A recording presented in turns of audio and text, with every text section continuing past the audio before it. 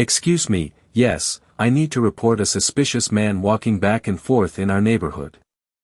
I don't recognize him, and he's been here for at least 10 minutes. Karen Whitmore's voice cut through the quiet morning like a siren that hadn't yet begun to wail.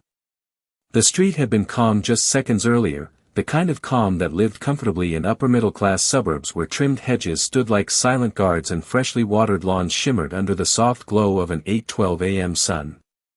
Maplewood Drive was the kind of place where nothing unusual ever happened, where neighbors waved politely from a distance and the loudest sound most mornings was the hum of a passing delivery truck. But now, Karen stood at the edge of her driveway, phone pressed tightly to her ear, her eyes locked on a tall black man walking slowly along the sidewalk as if he belonged there. Marcus Ellington moved with quiet confidence, his hands resting loosely in the pockets of a dark gray hoodie, his sneakers tapping softly against the concrete in an easy rhythm. He wasn't rushing. He wasn't lingering. He was simply walking, like he had done countless mornings before. Still, Karen's expression hardened as she turned slightly, lowering her voice as if sharing something urgent. Yes, he's wearing a hoodie, dark jeans, he keeps looking at houses. I just thought you should send someone. Her words floated through the still air, and a curtain shifted 2 houses down. Another neighbor paused mid-sip of coffee on a front porch. The quiet street was beginning to listen. Marcus noticed the shift, the subtle tension that crept into the air like humidity before a summer storm. He had felt it before, that moment when curiosity quietly transformed into suspicion. But he didn't stop walking. He didn't speed up either. He simply continued forward, calm and steady, like someone who had long ago learned that silence often revealed more than words ever could. A silver SUV rolled slowly past him, its driver glancing twice before continuing down the block. Karen paced slightly now, nodding as the dispatcher spoke. Yes, Maplewood Drive, near the corner. I just don't think he lives here. Her voice grew firmer, more certain, as if repeating the claim made it true. Marcus turned the corner at a measured pace, the morning sun catching the edge of his face. He glanced briefly at the row of identical mailboxes, then back down the quiet street, his posture relaxed, unbothered, grounded. A sprinkler clicked to life somewhere nearby, its steady tick-tick-tick filling the silence between Karen's words. No, he hasn't done anything yet. I just feel uncomfortable. The phrase lingered in the air, heavier than she intended. Across the street, a younger man paused while loading golf clubs into the trunk of his sedan, watching the scene unfold with a faint crease in his brow. A woman walking her golden retriever slowed slightly, her gaze shifting between Karen and Marcus, sensing the invisible tension forming like a line drawn down the middle of the street.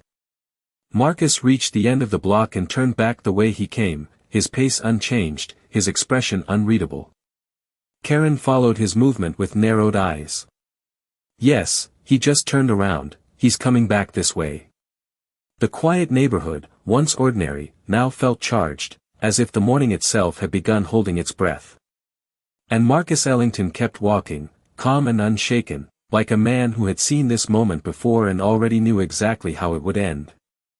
Marcus Ellington walked past the same trimmed hedges again, his pace steady at about 3 miles per hour, the kind of relaxed morning walk that belonged to someone who had nowhere urgent to be and nothing to prove.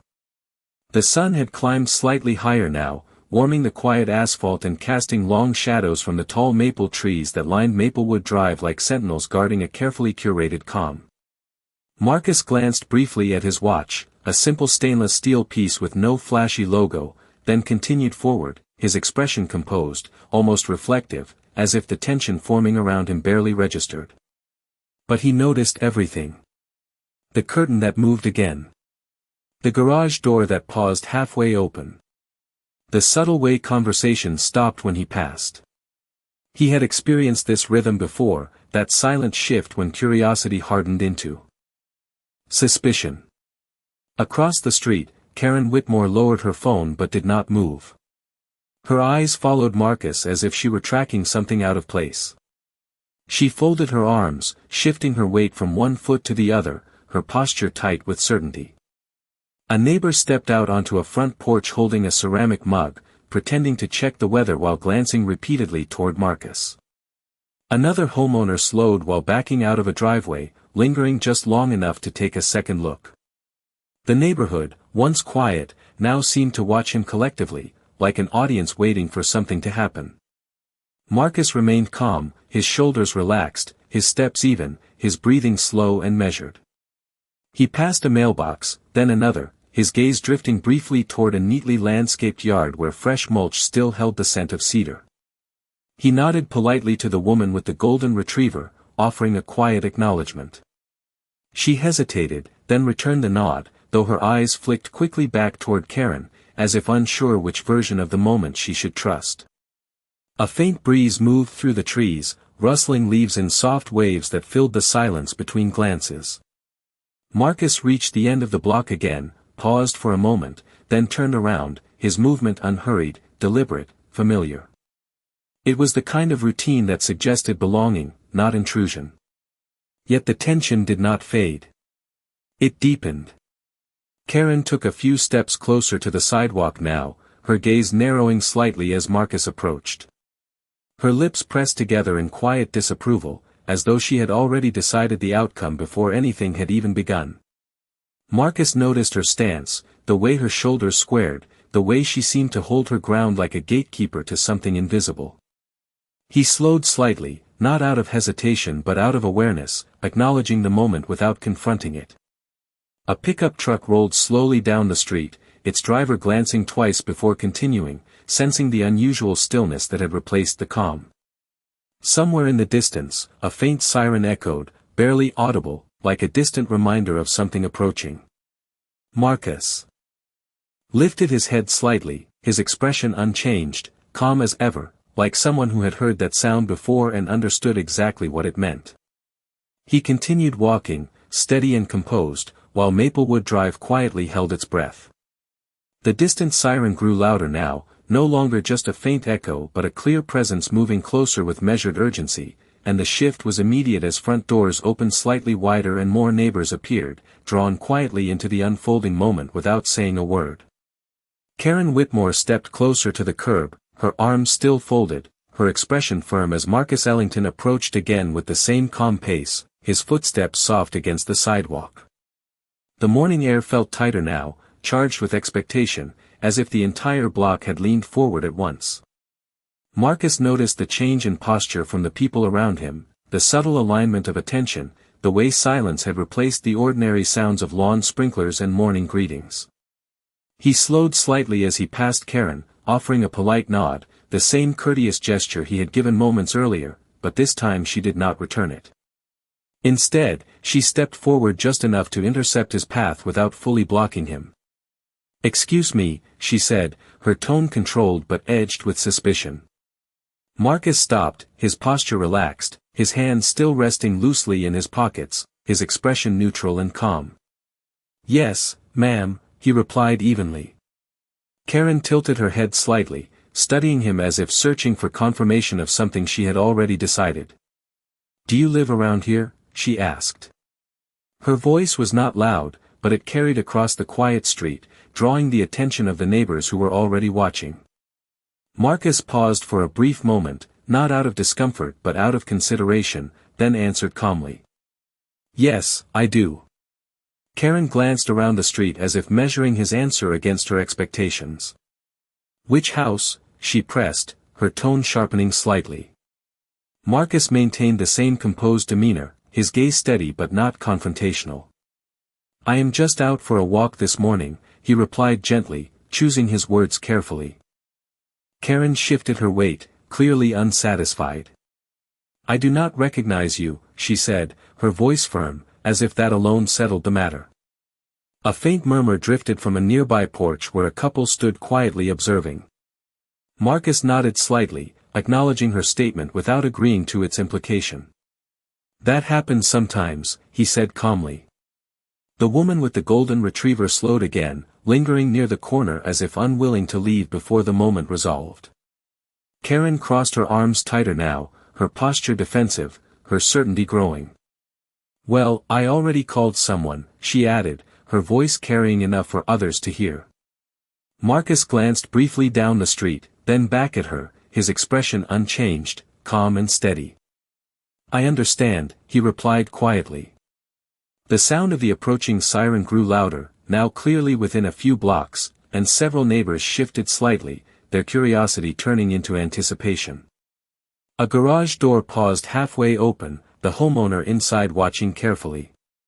A delivery van slowed as it passed, the driver glancing through the windshield before continuing. Marcus took a slow breath, his shoulders relaxed, his stance grounded, like someone who had experienced this moment before and already understood the rhythm of what would come next. Karen stepped back slightly, satisfied with the unfolding situation, her eyes flicking toward the end of the street where the flashing lights were just beginning to appear. Marcus remained calm, standing quietly under the morning sun, while Maplewood Drive waited for the next chapter to arrive. The patrol car turned onto Maplewood Drive slowly, its red and blue lights reflecting off polished car windows and neatly trimmed hedges, transforming the quiet neighborhood into something tense and unfamiliar, and the moment it rolled to a stop near Marcus Ellington, the entire street seemed to hold its breath. Officer Daniel Ruiz stepped out first, his posture calm but attentive, one hand resting lightly near his belt as he scanned the scene, his eyes moving from Karen Whitmore to Marcus and then briefly across the watching neighbors who had gathered in silent curiosity. The second officer remained near the passenger side, observing quietly while the faint hum of the idling engine filled the still air. Karen moved forward quickly, her voice lowered but urgent as she gestured toward Marcus. "That is him," she said, as if pointing out something already proven. Officer Ruiz nodded slightly, then approached Marcus with measured steps, his expression neutral and professional. "Good morning, sir," he said calmly. Marcus nodded politely in return. "Good morning, officer." The exchange was quiet, respectful, but the tension surrounding them remained thick. Officer Ruiz glanced briefly toward Karen, then back at Marcus. "We received a call about a suspicious person walking through the neighborhood," he explained, his tone even and composed. Marcus listened without interruption, his posture relaxed, his hands still loosely in his pockets. "I understand," he replied calmly. Karen shifted slightly behind the officer, watching closely as if waiting for confirmation. Officer Ruiz studied Marcus for a moment, his gaze careful but not confrontational. "Do you live nearby, sir?" he asked. Marcus nodded gently. "Yes, I do." The officer gave a small nod, then glanced briefly down the street, noting the gathered neighbors, the subtle tension, the quiet expectation. Across the street, the young man with the golf clubs had stopped loading his trunk entirely, watching openly now. The woman with the golden retriever stood still, her dog sitting patiently beside her, sensing the unusual calm. Karen folded her arms again, her posture firm, her eyes fixed on Marcus as if she expected the situation to escalate. Officer Ruiz maintained his calm demeanor, his voice steady. "Would you mind telling me which house you are headed to this morning?" Marcus paused briefly, then answered gently. "I am just taking my usual walk." The officer nodded slightly, acknowledging the answer without pressing further. A faint breeze moved through the trees again, rustling leaves in a soft whisper that seemed louder in the silence. The second officer shifted slightly near the patrol car, scanning the street with quiet awareness. Karen cleared her throat, her impatience growing. "I told dispatch I do not recognize him," she added, her voice firm, as if reinforcing her claim. Officer Ruiz glanced toward her briefly, then back at Marcus, his expression thoughtful. "All right," he said calmly. "We just want to make sure everything is okay." Marcus nodded once more, composed and steady, his calm presence contrasting sharply with the tension around him. In the distance, another vehicle turned slowly onto Maplewood Drive, its approach subtle but noticeable, and several neighbors shifted again, sensing that the situation was not finished yet. Marcus lifted his head slightly, his gaze drifting toward the approaching vehicle, his expression unchanged, calm as ever, like someone who understood that the real moment had not yet arrived. The approaching vehicle turned onto Maplewood Drive slowly, not with flashing lights but with quiet authority, a dark gray county SUV moving at a measured pace that immediately shifted the energy of the street, and Officer Daniel Ruiz noticed it first, glancing over his shoulder as the vehicle rolled closer and came to a smooth stop behind the patrol car. The engine idled softly, and for a moment no one moved, the stillness stretching across the quiet neighborhood like a held breath. Karen Whitmore straightened slightly, her confidence returning as she folded her arms tighter, clearly expecting the situation to confirm her suspicions. The second officer glanced toward the SUV, recognizing the county emblem on the door, then stood a little straighter. The driver's side door opened slowly, and a tall uniformed figure stepped out, adjusting his hat with a calm, deliberate motion. Sheriff Robert Caldwell had a presence that did not require raised voices or sudden movements, and the moment he stepped onto the pavement, the tone of the entire street shifted again. Officer Ruiz nodded respectfully. "Morning, Sheriff," he said. Caldwell returned the nod, his eyes already scanning the scene, taking in the gathered neighbors, the tension in the air, and finally settling on Marcus Ellington standing quietly under the morning sun. Marcus did not move. He simply met the sheriff's gaze with calm familiarity, his expression steady. Composed, like someone who recognized the rhythm of what was unfolding.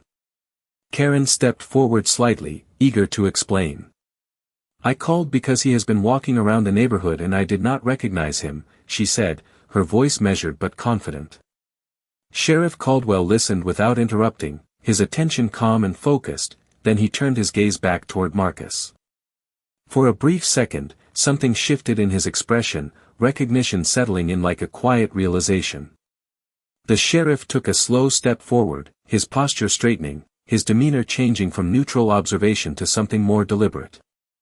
Officer Ruiz noticed the shift and glanced between them, sensing that something important had just changed. The neighbors leaned in subtly, curiosity sharpening into anticipation. Marcus remained still, calm, his shoulders relaxed, his presence grounded like someone who had no need to explain himself. Sheriff Caldwell stopped a few feet away, studying Marcus for a moment, then a faint smile touched the corner of his expression, controlled but unmistakable. Karen glanced between them, confusion beginning to replace certainty. The woman with the golden retriever tilted her head slightly, sensing the shift before anyone spoke. The quiet street seemed to lean forward again, waiting. Marcus gave a small, respectful nod, calm as ever, and Sheriff Caldwell's posture straightened further, his hand lifting slowly toward the brim of his hat as recognition settled fully into place, the tension hanging in the air like the final second before everything changed. Sheriff Robert Caldwell's hand reached the brim of his hat with calm precision, and in one smooth motion he offered a respectful salute, his posture firm and deliberate, the gesture quiet but unmistakable, and the effect was immediate as the entire street seemed to freeze at once. Officer Daniel Ruiz blinked in surprise, his posture straightening instinctively as he glanced between the sheriff and Marcus Ellington, trying to understand the sudden shift in tone. The second officer stood still beside the patrol car, his expression tightening with recognition of the formality in the gesture. "Karen." Whitmore's folded arms loosened slightly, her certainty faltering as confusion settled across her face. She looked from the sheriff to Marcus, her expression searching for an explanation that did not immediately come. Marcus returned the salute with a small nod, calm and composed, his demeanor unchanged, like someone who had experienced this level of respect before and did not need to react dramatically. Sheriff Caldwell lowered his hand slowly, a faint smile touching his expression as he spoke in a voice that carried clearly across the quiet street. "Good morning, Mr. Ellington," he said, his tone respectful and familiar. The words landed softly but carried weight, and several neighbors exchanged quick glances as the recognition spread. Officer Ruiz looked at Marcus again, this time with new understanding, his posture shifting from cautious professionalism to quiet respect. Karen stepped forward slightly, her voice uncertain now. "You know him?" she asked, her earlier confidence fading. Sheriff Caldwell nodded once, his expression calm. "Yes, ma'am," he replied. "I do." The woman with the golden retriever tilted her head slightly, her eyes widening as she watched the interaction unfold. The young man with the golf clubs lowered them slowly into his trunk, his attention fully fixed on Marcus. A faint breeze moved through the trees again, but now the silence felt different, no longer tense but expectant. Sheriff Caldwell turned slightly toward the officers, his voice steady. "Everything is fine here," he said calmly. Officer Ruiz nodded immediately. "Yes, sir," he replied. Karen shifted her weight, her voice softer now. "I just did not recognize him," she said quietly, as if trying to reclaim her footing. Sheriff Caldwell glanced toward her, then back at Marcus, his expression thoughtful but composed. "He lives here," the sheriff said gently, his words simple but decisive. The statement hung in the air, and several neighbors exchanged looks, the meaning settling slowly. Marcus remained calm, his posture relaxed, his hands still resting loosely in his pockets. He did not say anything. He did not need to. The moment spoke for itself. Karen's expression tightened. Slightly, her certainty dissolving into quiet discomfort. The patrol car's engine hummed softly in the background, the only sound breaking the stillness. Sheriff Caldwell took a small step back, his presence steady, his respect unmistakable, and Maplewood Drive, once filled with suspicion, now stood quietly as the reality of the moment began to settle. The silence that followed settled over Maplewood Drive like a slow realization, and the shift in atmosphere was unmistakable as neighbors who had watched with suspicion now looked at Marcus Ellington with quiet curiosity instead. Sheriff Robert Caldwell stood calmly beside him, his posture relaxed but respectful, and the subtle change in tone did not go unnoticed by Officer Daniel Ruiz, who straightened slightly, his earlier caution replaced with measured respect. Karen Whitmore shifted again, her voice hesitant now, as though she were stepping into unfamiliar territory. "I just wanted to make sure everything was safe," she said quietly, her earlier certainty fading into something more careful. Sheriff Caldwell nodded politely, his expression composed. "I understand," he replied, his tone calm but firm. He glanced briefly toward Marcus, then back toward the gathered neighbors, many of whom were now standing openly in their driveways or near their mailboxes, no longer pretending to be occupied with morning routines. The young man with the golf clubs leaned against his trunk, listening. The woman with the golden retriever rested her hand gently on the leash, her eyes fixed on Marcus with a new sense of awareness. Sheriff Caldwell spoke again, his voice steady enough to carry across the quiet street. "Mr. Ellington moved here a few years ago," he explained calmly. "He has been part of this community longer than most people realize." The statement settled across the neighborhood like a gentle correction. Karen nodded slowly, her expression tightening slightly as she absorbed the information. Marcus remained calm, his posture relaxed, his gaze steady but not confrontational, as though he had no interest in drawing attention to himself beyond the moment already unfolding. Officer Ruiz nodded respectfully toward Marcus. "Sorry for the interruption, sir," he said politely. Marcus offered a small nod in return. "No problem, officer," he replied calmly. The exchange was quiet but meaningful, and the tone of the entire street softened further. A breeze moved lightly through the trees, the sound of rustling leaves replacing the earlier tension. Sheriff Caldwell glanced once more at Marcus, then spoke in a lower voice, still audible to those closest. "Morning walks are still part of your routine, I see," he said with a faint smile. Marcus returned a subtle smile. "Keeps things steady," he replied gently. The familiarity in their exchange deepened the shift in perception among the neighbors, and a quiet understanding began to form. Karen lowered her arms fully now, her posture less rigid, her certainty replaced by reflection. The patrol car idled quietly, and the second officer relaxed his stance slightly, the urgency gone. Sheriff Caldwell stepped back toward his SUV, his presence calm and authoritative, but before turning away, he gave Marcus one final respectful nod. Maplewood Drive, once filled with suspicion, now stood quietly as the moment settled, the realization spreading slowly that the man they had questioned had never been out of place at all. The quiet began to dissolve slowly as Sheriff Robert Caldwell turned toward his SUV, but before he reached the door, a voice from across the street broke the silence. "Wait," the young man with the golf clubs called gently, stepping forward with cautious curiosity. I feel like I have seen you before. Marcus Ellington paused, his expression calm, his posture relaxed, as he turned slightly toward the voice. Sheriff Caldwell stopped as well, glancing back with a faint knowing expression. The young man shifted awkwardly, trying to place the memory. Were you at the community center opening last year? He asked. Marcus gave a small nod. Yes, I was. The young man's eyes widened slightly as recognition settled in. You funded that project, right? He said, his voice carrying softly across the street. Several neighbors exchanged quick glances, their curiosity deepening. Sheriff Caldwell nodded gently, confirming without exaggeration. Mr. Ellington has supported quite a few initiatives around here, he said calmly. The woman with the golden retriever leaned forward slightly, her voice soft but surprised. You mean the youth scholarship program too? Sheriff Caldwell glanced at Marcus, then nodded again. Yes, ma'am, he replied. That was also his work. The quiet realization spread slowly through the neighborhood, the earlier suspicion dissolving into something closer to respect. Karen Whitmore stood still, her expression shifting as she absorbed each piece of information.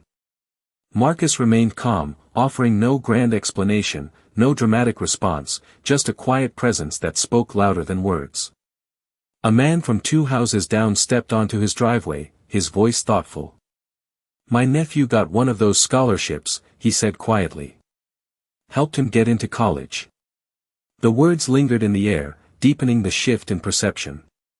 Sheriff Caldwell rested his hand lightly against his SUV door, his tone steady. Mr. Ellington has been involved in a lot of community work, he added. He prefers to keep things low-key. The statement landed gently but firmly.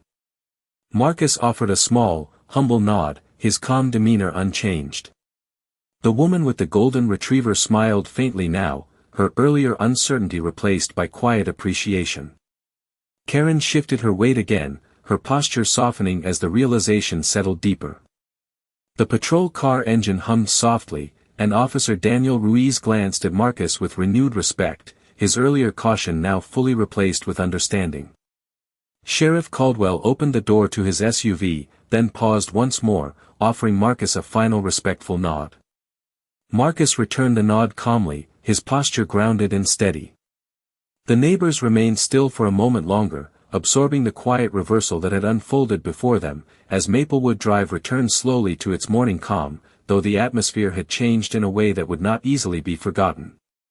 The engines of the patrol car and the sheriff's SUV faded into the distance as they rolled slowly off Maplewood Drive, and the quiet returned in layers, like a calm settling after a passing storm, but the neighborhood no longer felt the same. Marcus Ellington remained standing on the sidewalk for a moment, the morning sun warming the pavement beneath his feet, his posture relaxed, his expression calm as if nothing unusual had happened. The woman with the golden retriever offered him a gentle smile before continuing her walk, her steps slower now, thoughtful. The young man with the golf clubs nodded respectfully before closing his trunk, the metallic click echoing softly in the quiet air. One by one, neighbors began retreating back toward their routines, though their movements were quieter, more reflective than before. Karen Whitmore remained near her driveway, her arms no longer folded, her expression thoughtful as she watched Marcus. For a moment, neither of them spoke. The sound of sprinklers resumed, ticking rhythmically across freshly cut lawns, and a distant lawn mower started somewhere down the block, returning Maplewood Drive to its familiar rhythm. Karen took a small step forward, her voice softer than before. I did not mean to cause trouble, she said quietly. Marcus turned toward her, his expression calm, without resentment or confrontation. I understand, he replied gently. The simplicity of his response lingered, removing tension instead of adding to it. Karen nodded slowly, her posture easing, as if the moment had shifted something she had not fully expected. Marcus glanced down the street once more, then resumed his walk, his pace steady and unhurried, the same calm rhythm that had started the morning. As he moved past the row of mailboxes again, the neighborhood felt different now, less guarded, more aware. A man watering his lawn raised a hand in greeting, and Marcus returned the gesture with a quiet nod. The sun climbed higher, casting brighter light across the street, and the quiet dignity of the moment settled in. Marcus continued down Maplewood Drive, his footsteps steady, his presence calm, as if the morning had simply been another reminder rather than a confrontation. He passed the corner, turning gently as the neighborhood returned to its ordinary rhythm, but the meaning of what had unfolded lingered quietly in the air.